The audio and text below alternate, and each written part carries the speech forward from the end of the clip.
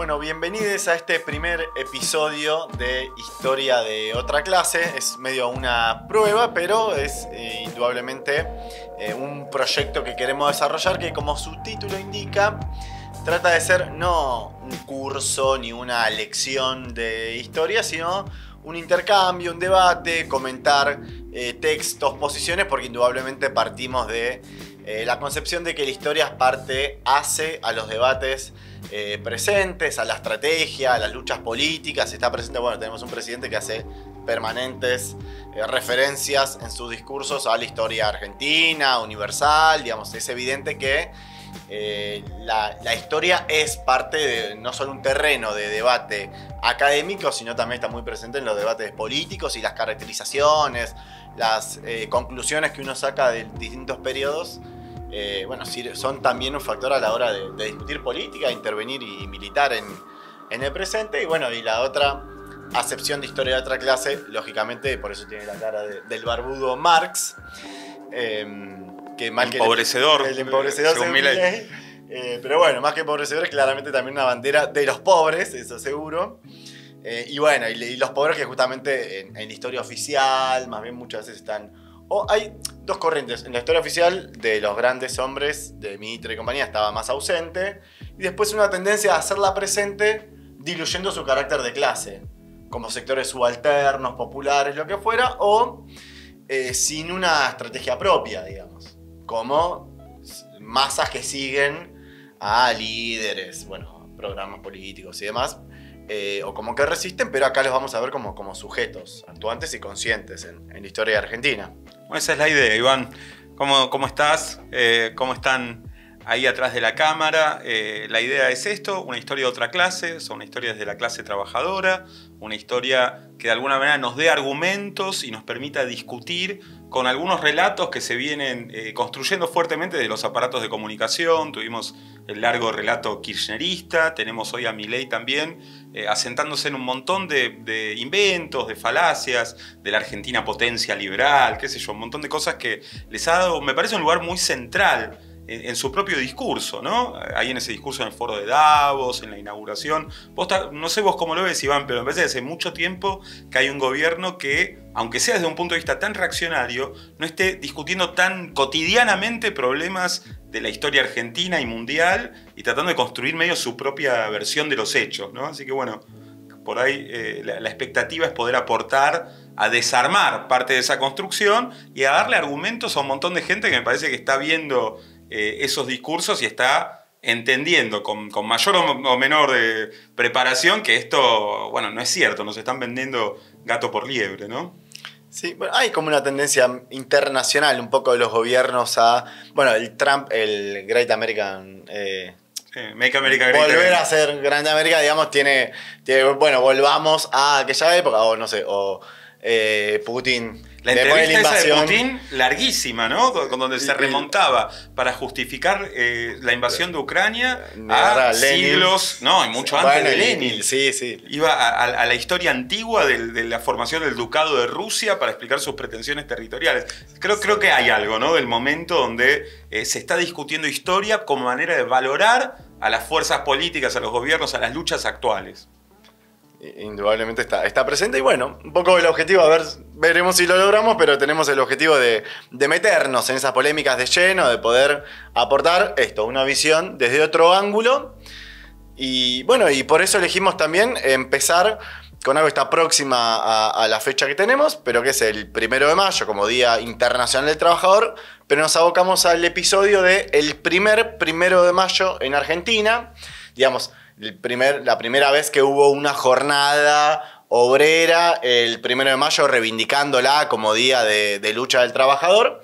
Y bueno, que fue un periodo muy particular, además, de surgimiento del movimiento obrero argentino como tal, digamos. Sí, es medio un hecho fundacional, tanto del movimiento obrero argentino como de la existencia de una corriente socialista en Argentina, que se plantee públicamente, que se organice.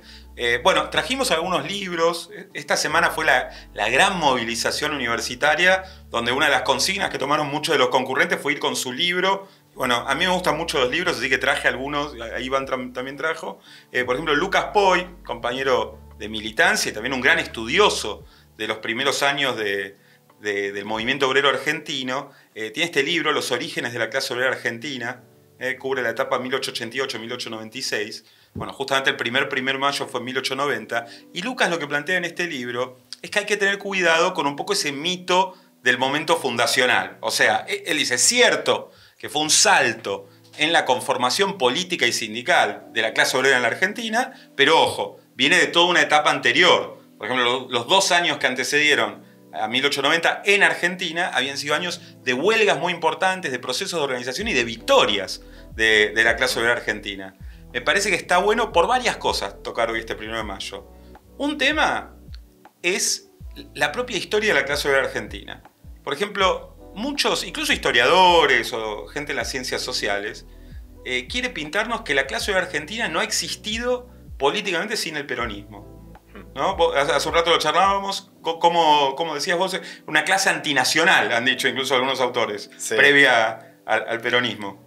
Sí, o que irrumpió, que hasta el 17 de octubre del 45, digamos, no irrumpió en escena de forma determinante como lo hizo, bueno, a partir de... Claro. Entonces es una historia que muchas veces aparece relativamente borrada. Después el propio 1 de mayo, porque nosotros vamos a estar convocando, en el momento que vos veas esto, seguramente en pocas horas quizás, a tomar las calles por los reclamos de nuestra clase. Y esta es una tradición que tiene una proyección muy larga. Y después, una cosa que también me gustó mucho preparándolo, a mí me llamó la atención, que es cómo Argentina estuvo relativamente en la vanguardia, entre los sectores más organizados de esa etapa de organización de la clase obrera. Para decirlo con más claramente, el Congreso de la Internacional Socialista que vota que exista el 1 de mayo como jornada internacional es el de 1889. O sea que en 1890, cuando acá en Recoleta, en la plaza de Recoleta, se hizo el 1 de mayo, era la primera vez que también se festejaba en Berlín, o se festejaba, no, se tomaba esa jornada para movilizar en Berlín, en Londres, en París o en cualquiera de los lugares con una tradición quizás mucho más larga del movimiento obrero. De hecho, fue el congreso fundacional de lo que se conoció como la socialdemocracia, ese congreso de 1889 en París, que una de sus resoluciones, justamente como corriente internacional que era, toma como bandera el 1 de mayo para marcar, para constituirse efectivamente como una corriente internacional de solidaridad obrera internacional. Bueno, a partir del episodio de los mártires, de la huelga de los mártires de Chicago, la lucha por la jornada laboral, tomar eso como una bandera, lo cual es interesante porque no hay muchas corrientes políticas que se puedan fundar con una convocatoria universal. Digo, en todos los países al mismo tiempo. Bueno, es a tal punto interesante que no solo que lo hicieron, sino que hasta la remota Argentina tuvo su acto el 1 de mayo de 1890. Sí, muchos de esos conflictos, vos hablás de los mártires de Chicago, sin irnos por ahí en mucha profundidad en cómo eran los conflictos en Estados Unidos en esos años. Está bueno rescatar que era uno de los puntos donde también había una naciente clase obrera, donde también se estaban dando luchas muy duras con presencia de las corrientes socialistas, anarquistas, y que bueno, tiene que ver con la represión, con el arresto y con la ejecución muy rápida de dirigentes, sobre todo anarquistas, ¿no? de la ciudad de Chicago, que se tomó la causa por parte de militantes obreros, socialistas, también anarquistas y las otras tendencias del movimiento obrero en todo el mundo.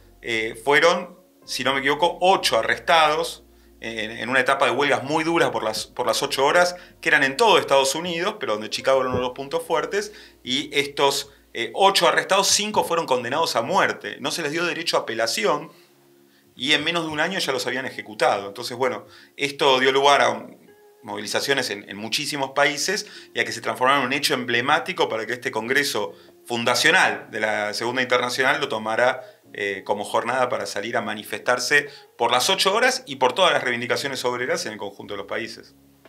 Sí, bueno, y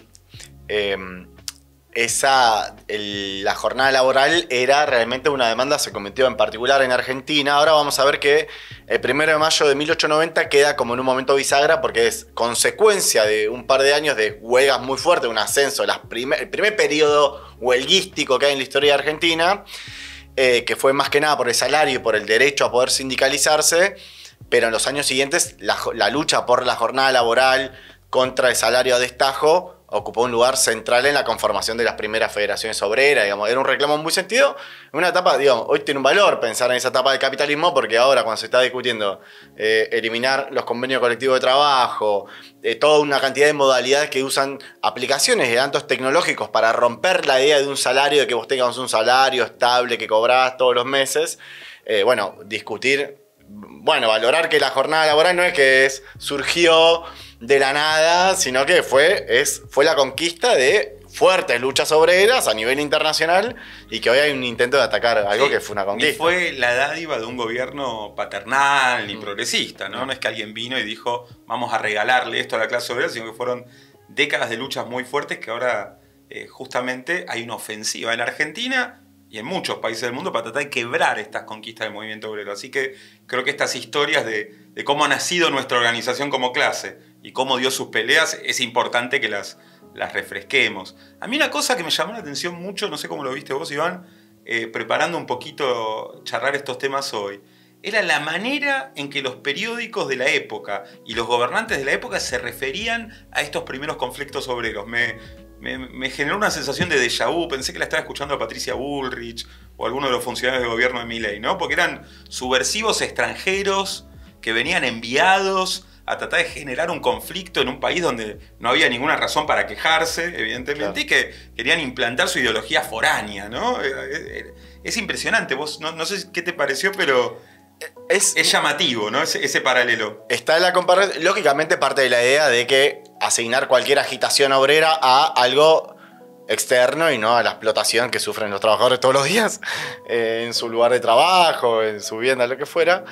Tiene que ver con eso, pero lo interesante también es agarrar que efectivamente, nosotros en un momento cuando charlábamos a ver si le poníamos un título al episodio decíamos, bueno, estos zurdos y migrantes, pero hay una idea particular de ese periodo donde efectivamente la composición de la clase obrera era fuertemente extranjera y ya para reflexionar, porque hay algunos autores que escriben sobre el episodio y dicen, bueno, ¿quiénes venían a Argentina? De hecho, esta vinculación internacional que vemos hoy, que el 1 de mayo de 1890 se hizo en función del Congreso de París, el primer sindicato que hubo en Argentina, no se llamó así, pero fue la Asociación Tipográfica bonaerense, se afilió en 1871 después de la Comuna de París a la Primera Internacional y protagonizó la primera huelga en 1878, es decir que hay una ligación intrínseca ahí, ¿no? Porque, digamos, tenían reclamos, también los tipógrafos que trabajaban con las letras, digamos, leían, tenían un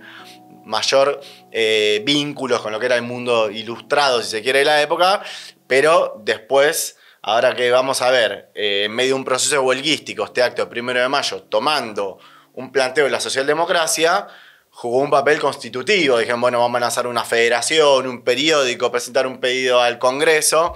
Bueno, hay algo ahí de que en la conformación de la clase obrera, efectivamente, hay un componente migrante muy fuerte y que bueno, digo... Sí, y de migrados por razones políticas. Tuvieron los de la Comuna de París, después de 1871, o sea, esa camada de franceses van a ser los primeros militantes socialistas, y después una camada muy fuerte de alemanes, en la década de 1880, perseguidos por las leyes antisocialistas de Bismarck, ¿no? O sea, que venían del naciente Partido Socialdemócrata Alemán, y varios de ellos van a ser los protagonistas centrales. Pero, a ver, los gobiernos de la época estaban...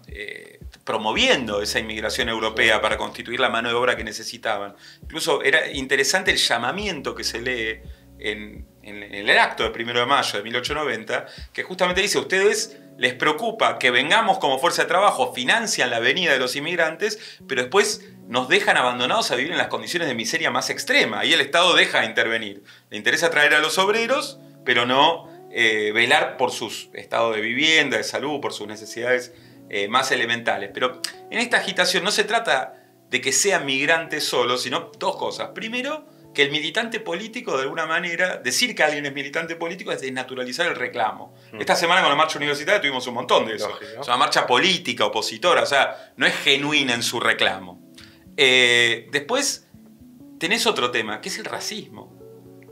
A mí, otro que me llamaba la atención, que decía, siempre están buscando quiénes son los inmigrantes buenos y los malos, ¿no? Los de mi abuelo europeos eran buenos, los de los países limítrofes ahora son malos. Muchas de estas ideas racistas. Entonces, cuando empieza a tomar fuerza este movimiento, que muchos eran alemanes, por ejemplo, un diario oficialista de Juárez Selman, decía, el problema, los buenos son los inmigrantes latinos, estos de los países nórdicos, de los países anglosajones, esos son los complicados, no sé, siempre algún invento, porque el racismo finalmente no tiene nada de racional, pero que trata de golpear, de diferenciar o de transformar en reprochable aquel sector que está protagonizando un reclamo, ¿no? Y de dividir a la clase obrera, a los explotados, digamos. Hoy eso es muy marcado, la idea de, bueno, tomando las universidades, la idea de que el que viene de afuera pague un arancel para ir a la universidad, todo busca, digamos, el responsable no sería el gobierno que está vaciando presupuestos, sino el extranjero que viene a usar el aula. Bueno, siempre apunta a dividir un poco al movimiento obrero. Lo interesante igual de esta época en particular... La marcha de esta semana fue tan grande que dejó sin argumento a Patricia Bullrich, porque si son todos venezolanos y cubanos traídos en avión, el gasto de los organizadores tiene que haber sido enorme, ¿no? Ya para traer tantos manifestantes de la mano. Sí, y finalmente todavía no ha progresado en este país, por suerte, una corriente a fondo de opinión masiva que diga sí, arancelen a los ecuatorianos porque vienen a usar nuestras universidades.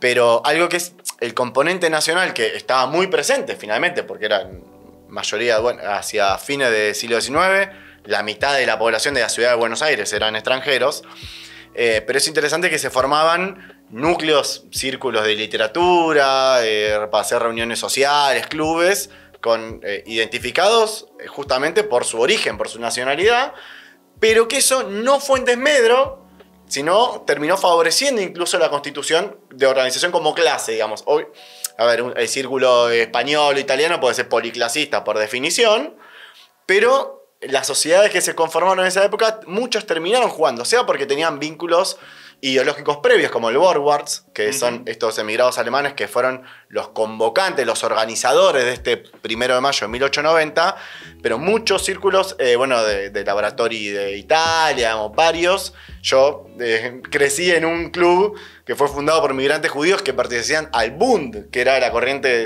de judíos socialistas de Europa del Este.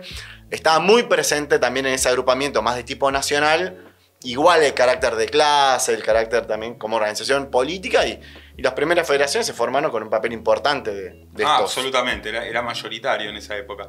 No, creo que, recapitulando un poco, ¿no? El gobierno en esa etapa había entrado en ciertas dificultades económicas y la carestía, las condiciones de vida mala habían llevado a que tuviera más eco los planteos, ¿no? de anarquistas, de socialistas que venían agitando en este sentido, y entre 1888 y 1890 había habido un proceso muy largo de huelgas que casi se iban contagiando, porque aparte eran exitosas, ¿no? Lograban aumentos salariales, ahí... Bueno, acá Lucas Poy lo relata mucho, no sé si interesa ir en tanto detalle, los marineros, los metalúrgicos, los ferroviarios, los panaderos, los trabajadores municipales, digamos, en particular en estos barrios de la ciudad de Buenos Aires, estamos grabando acá en la ciudad de Buenos Aires, en La Boca y en Barracas, los choques con la policía. Bueno, a mí me resulta muy interesante porque uno, también conociendo estos barrios y esta ciudad, se imagina un poco cómo fueron esos choques y esa vida entonces, pero lo que está claro es que se fue armando un movimiento de masas, ¿no? En pocos meses, donde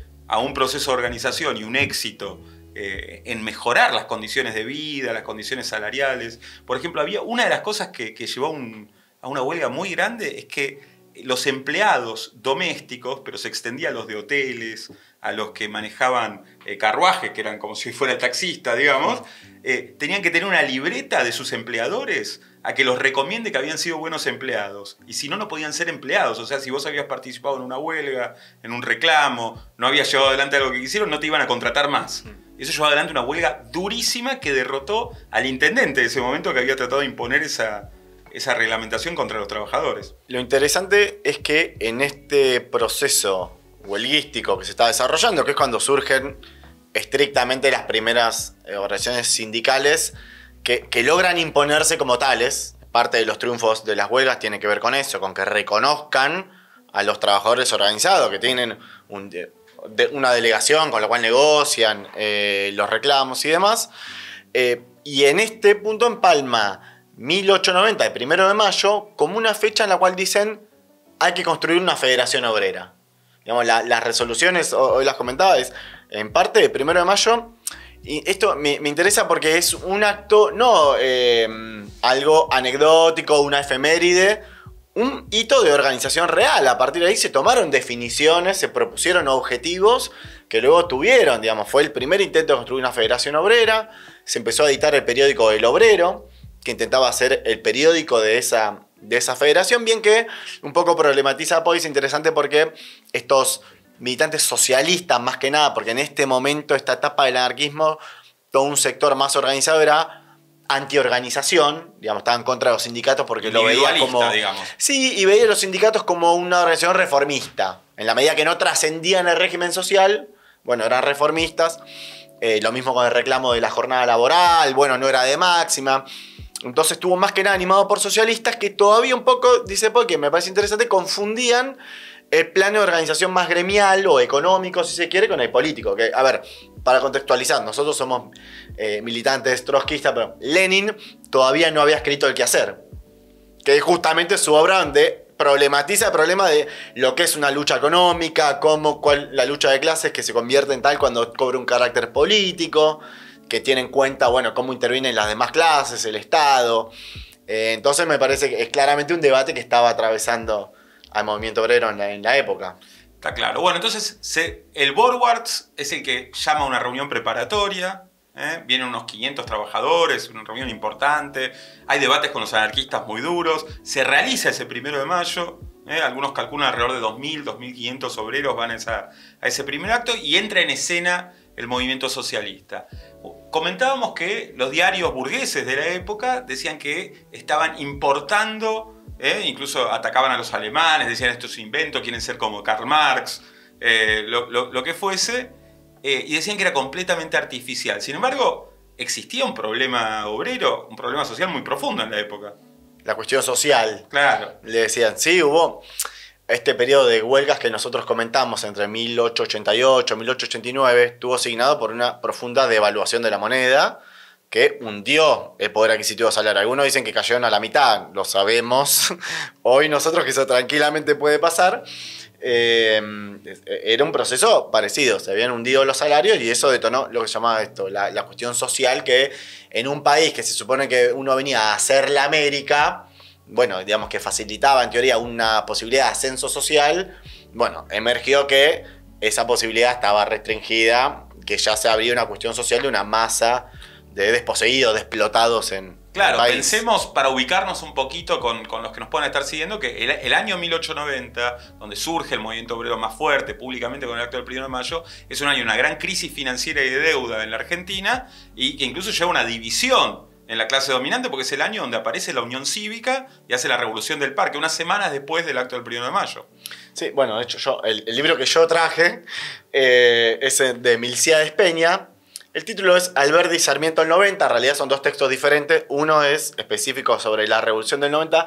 Milcíades Peña es un capo en lo que es analizar las disputas interburguesas. Capo como pocos, porque él le encuentra en cada persona. Uno ve la historia argentina, Mitre, Sarmiento, Roca, parece como todos miembros de la oligarquía. Los próceres, ¿no? Una galería de próceres. Claro, como si fuesen, bueno, una manga de gestones que estaban todos de acuerdo. No, él reconstruye de una forma muy interesante las disputas y los intereses, porque finalmente lo que importa para la disputa de la burguesía son los intereses, la ideología, la fuerza política ya la van cambiando, pero los intereses que estaban en juego, él los identifica muy bien, porque lo interesante es lo siguiente, este movimiento obrero que se formó, esto vale para el relato de Milei de la Argentina próspera. El movimiento obrero se formó. Potencia, ¿eh? Bueno, potencia, tal cual. Pero potencia. Argentina, las décadas anteriores a esto, a 1890, tuvo un desarrollo económico importantísimo. Se construyeron como 2.000 kilómetros de vía férrea, que debe ser más de lo que hay de vía férrea hoy en el país. Se quintuplicó la superficie cultivada, se construyeron puertos, frigoríficos. Fue una expansión monumental. Ahora eso convivió con que la clase obrera que emigró del país para llevar adelante todo ese desarrollo está en condiciones paupérrimas. Entonces, no es cierto que desarrollo económico sea equivalente a una mejora, a un bienestar social. Puede haber un enorme desarrollo económico como pasó en este momento y un malestar social cada vez más profundo. Claro, bueno, y el régimen de Roca, ¿no? El cual es tan fanático Milei, había llevado a un endeudamiento muy profundo que estaba haciendo crisis en 1890 y esa crisis estaba repercutiendo en las condiciones de vida de las masas y estaba colocando en crisis al gobierno de su sucesor. Bueno. Digo, para también volver un poquito a cuáles son los ídolos liberales de Milei. Lo de Roca para mí es excelente. Acá el libro del texto, en particular, yo lo recomiendo porque los paralelismos que tiene con el presente son abrumadores. Primero, Milei reivindica a Roca porque tiene algo, él dice, el padre de la Argentina moderna, algo así. Es uno de los que realmente, uno de los artífices de la unificación del Estado Nacional argentino. Eso es así. A costa de, bueno, nosotros lo conocemos, la campaña del desierto, la guerra de Triple Alianza contra el Paraguay, una cantidad de hechos que son más conocidos. Lo que no es tan conocido virtualmente, sí, ¿no? Otro día lo podemos charlar con más tiempo. Es para un podcast específico, pero lo interesante es que fue en ese momento también, se conforma el Estado Nacional, se conforma la moneda nacional. Duró un pedo de una canasta, digamos, si seguimos las alusiones de Milei que decía ayer que vamos a subir como pedo de uso, en realidad no duró nada la constitución de una moneda nacional convertible. Inmediatamente dejó de ser convertible al oro. Y se abrió, bueno, está todo este problema financiero, un momento de enorme endeudamiento, se cuadruplicó en pocos años la deuda, desde el 80 al 90 se cuadruplicó, o más que se triplicó, no sé si llegó a cuadruplicarse, la deuda, contando la nación, la provincia, el municipio, más que nada con capital ingleses, con la banca Baring Brothers, que no solo es el de crédito de Rivadavia, el primer presidente que toma ya el primer crédito de la historia argentina, sino que era el FMI. O sea, uno lee lo que pasaba en ese momento, la banca Baring era el FMI. Tenía una enorme cantidad de deuda del país y todo el país dependía de negociar con la Baring si te daba o no te daba el crédito, si renegociaba o no las condiciones para pagar. Todo pendiente, hasta incluso terminó habiendo uno de los motivos que decantó en la bronca de la revolución del Parque del 90, fue que se quedaron con coimas con todo el proceso de saneamiento, un proyecto de salubridad que había, que se iba a quedar con el agua, la administración del agua, además para obra de salubridad en el país. Todo lo que sucede hoy y más, porque nosotros tenemos... O sea que lejos de ser potencia, la Argentina era una colonia de los bancos de Londres. En una colonia, ¿no?, financiera. Pero el tema es que eso entró en crisis. De hecho, hasta el punto yo mencionaba que dejó de ser convertible el peso con respecto al oro. La deuda se pagaba en oro. Imagínense ustedes, en ese momento el dólar no era la divisa internacional, era el oro. Y había una suerte de cepo cambiario. Roca, Jorge Selman y los suyos, Pellegrini, que son todos de riñón de Roca, habían puesto un cepo cambiario. Entonces, compraban el oro a precio más barato para dárselo a lo que valía más caro a los acreedores internacionales. Así que todo lo que vemos hoy, devaluación de la moneda, negociados con la deuda, cepo cambiario, nada es un invento ni de kirchnerismo, porque finalmente el kirchnerismo un poco jugó el mismo papel, el cepo. Guardar los dólares para poder sostener el pago de la deuda externa. Bueno, viene del padre de la Argentina moderna esta práctica y bueno, todos estos fraudes financieros, insisto, devaluación, hundieron las condiciones de vida. El ADN del Estado capitalista argentino. Y de la burguesía criolla. Lógicamente que es lo interesante que plantea Milcíades Peña, es la oligarquía terrateniente, los estancieros, incluso los exportadores de lana, acompañaron durante todo mientras esto le daba ganancia, se construía el puerto, había vía férrea para llevar la producción al puerto, frigorífico, estaban asociados, digamos. Ellos eran parte de la bonanza, apoyaban. Hasta que en un momento se hizo tan pesado el pago de la deuda externa que terminó a afectar la renta que ellos cobraban. Entonces, en un momento se plantea la publicidad, hasta incluso, bueno, en parte lo tenemos hoy, lo mismo, el problema de las retenciones. Es ese. Digo, che, yo, no me dan los números para pagarle al FMI si no le pongo retenciones al campo. Entonces ahí ya el que te apoyaba, que vayas al fondo, que rife la reserva, no le importaba nada. Bueno, de repente, digo, la sociedad rural, en un momento dice, bueno, basta porque ya estás afectando mis intereses. Bueno, algo muy parecido pasó en el 90, que fue esta revolución del parque donde actuaron, digamos, la dirección política estuvo en sectores de la burguesía, la pequeña burguesía, pero ya estaba en escena, había irrumpido el movimiento obrero. Está bueno, entonces bueno, en este contexto es claro que no era para nada un invento de algunos agitadores socialistas los problemas de la clase obrera. Incluso pocos años después, los propios gobiernos conservadores van a encargarle a un estudioso catalán, a Vialet Macé, hacer un informe muy famoso sobre las condiciones de la clase obrera en la Argentina. O sea, el propio régimen que reprime muy duramente, ¿no?, a los obreros que salen a manifestarse, en un momento dice, bueno, salgamos a estudiar el problema y prácticamente Vialet Macé pinta a la clase capitalista argentina como criminales, ¿no?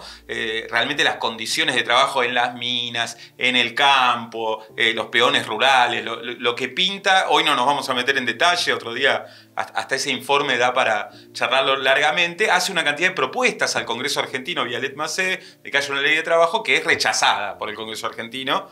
Y bueno, es toda una etapa donde la respuesta el 1 de mayo un poco va a ser el raconto de fuerza del movimiento obrero cada año, ¿no? En muchos años, en 1904, en 1905, se enfrentan represiones muy fuertes, y va a tener toda una etapa donde tiene esta característica de ser una jornada de movilización, muchas veces de enfrentamiento con la policía y de medir cuál es el nivel de fuerza que está teniendo ese movimiento obrero, sus fuerzas políticas y sindicales cada año que cae el Día Internacional de los Trabajadores.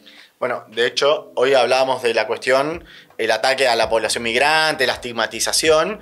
A tal punto ahora sí se convirtió en una política de Estado con la ley de residencia, que precisamente era para deportar a todos esos extranjeros socialistas, anarquistas que participaran en huelgas, que se organizaran políticamente. Y es un resultado es una respuesta al 1 de mayo de 1902, que fue el año de la primer huelga general, se dice en Argentina, porque efectivamente es una huelga, se fue contagiando, se armó la primera huelga general, y ahí en respuesta al 1 de mayo, que fue uno de los hitos, viene la ley de residencia que durante los 45 años siguientes va a ser un motivo en cada acto 1 de mayo. La derogación de la ley de residencia va a ser una de las consignas que van a estar ahí presentes. Y bueno, después estuvo la Semana Roja en 1909, que fue fue un acto anarquista del 1 de mayo en Plaza Lorea, que fue brutalmente reprimido con como una decena de muertos. Después reprimen al cortejo fúnebre, que era seguido alrededor de 200.000 obreros. Y bueno, fue una semana, 8 días de huelga, barricada, batalla campal, incluso grupos, esto vale de nuevo para contestar a Milei, grupos pogroms, cacería, como tanta manija, atacar xenofobia, atacar a los migrantes y demás. Bueno, el antisemitismo permea en Argentina por esa campaña del Estado y de la burguesía contra los migrantes. Lo que llevaban adelante seguramente los abuelitos de los Venegas Lynch, de los Pinedo, claro, en los que llevaban adelante los pogrom, lejos de esa especie de mezcla entre judaísmo y conservadurismo, ¿no? Que quiere, claro, y racismo que hoy Milei y los sionistas quieren llevar adelante. En esa época era muy fuerte acá en Buenos Aires, en la comunidad judía, las ideas socialistas, y las campañas racistas trataban de mezclar, ¿no? Comunismo, judaísmo, casi como paralelos, y bueno, se vivieron esos pogroms muy fuertes también, el de la llamada Semana Trágica, ¿no? En 1919, con muchísimos muertos acá en el barrio de Once, en Villa Crespo, donde se atacaba al movimiento obrero y en particular a estas comunidades migrantes. Bueno, pero de alguna manera fue cambiando la política del Estado, ¿no? Con esto de si no puedes con ellos, únete, pero de verdad para desnaturalizar, porque si este 1 de mayo era una gran fecha de movilización, primero los radicales y después, con mucha más sistematicidad, Perón va a decir, no es el Día de los Trabajadores, no es la jornada de lucha, es el Día del Trabajo, y es un feriado, ¿no? Es una fiesta cívica de unidad del gobierno, de los trabajadores y demás. Alvear, durante su gobierno, primero dijo que era un día de fiesta, después Irigoyen lo decretó como feriado en 1930, poquito antes del golpe que lo depuso, y después ya el gobierno de Farrell, un poco antes de que Perón asuma como presidente, lo va a armar como Día del Trabajo. Se estatizó el 1 de mayo.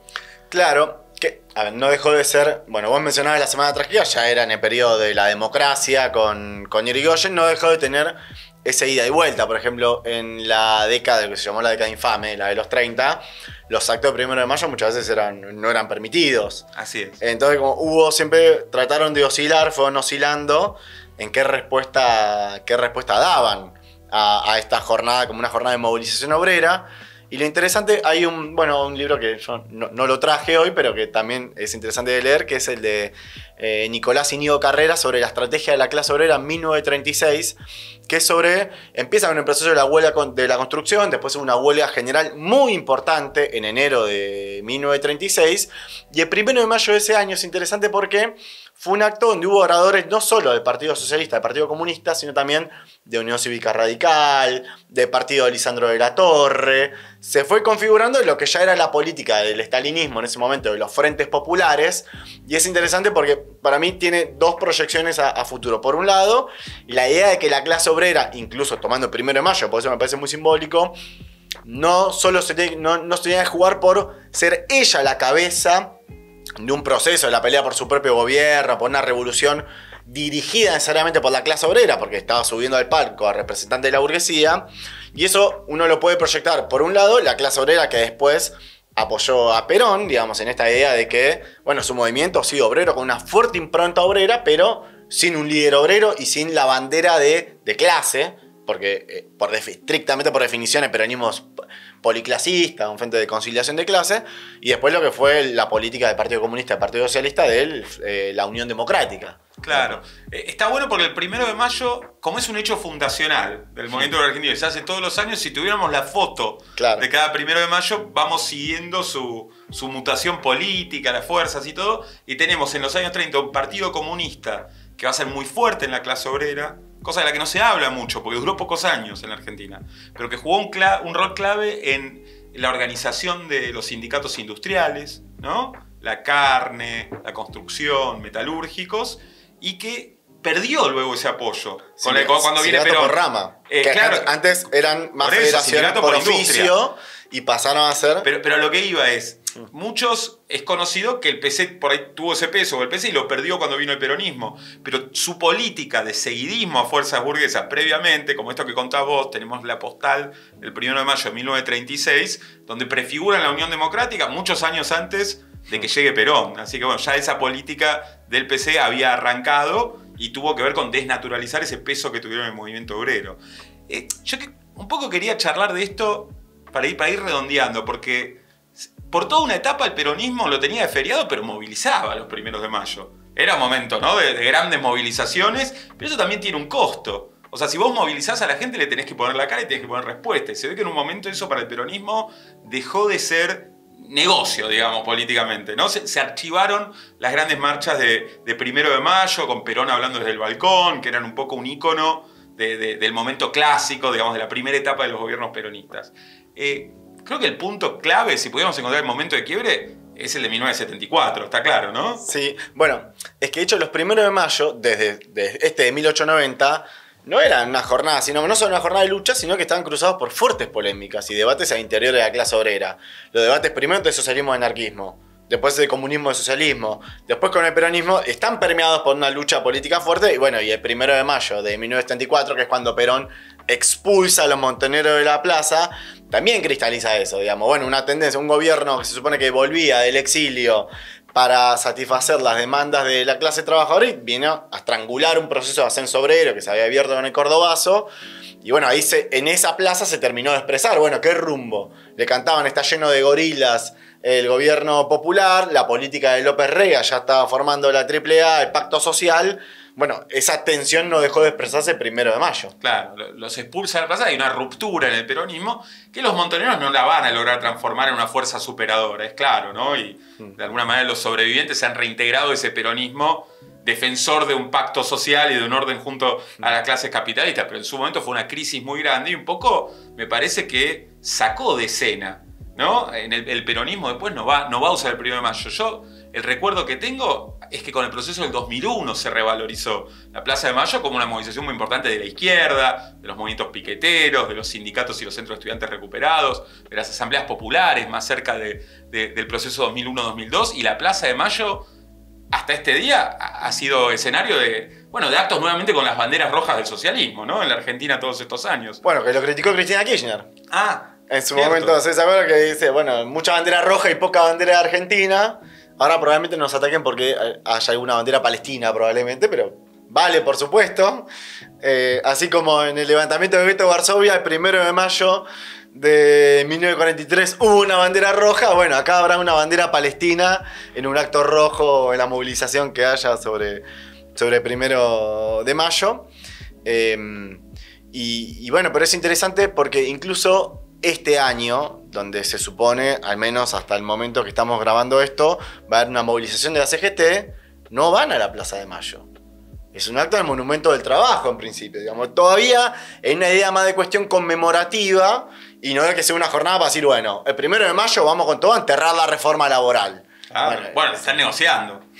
No, es un momento difícil. Está claro que va a ser un 1 de mayo movilizado, está claro que la izquierda está discutido cómo intervenir, ¿no? Si es con columna independiente, de qué manera lo llevamos adelante y todo, pero está claro que vamos a salir con nuestros reclamos que la CGT está negociando la reforma laboral y que como lo han sido en todos estos casos que un poquito fuimos reseñando en la historia, el 1 de mayo de 2024 también es un día, una jornada de lucha de los trabajadores, donde tenemos que salir a frenar una ofensiva fuertísima contra nuestros salarios que se vienen licuando, contra nuestros derechos laborales, porque nos quieren meter una reforma laboral, la quieren votar en estos días si pueden. Ahí hay no todos los partidos patronales, el peronismo a través de la CGT, los radicales, están todos negociando con Milei cómo avanzan contra derechos que a lo largo de todas estas décadas el movimiento obrero estuvo ganando. Así que más vigente que nunca el 1 de mayo como jornada de movilización de la clase obrera.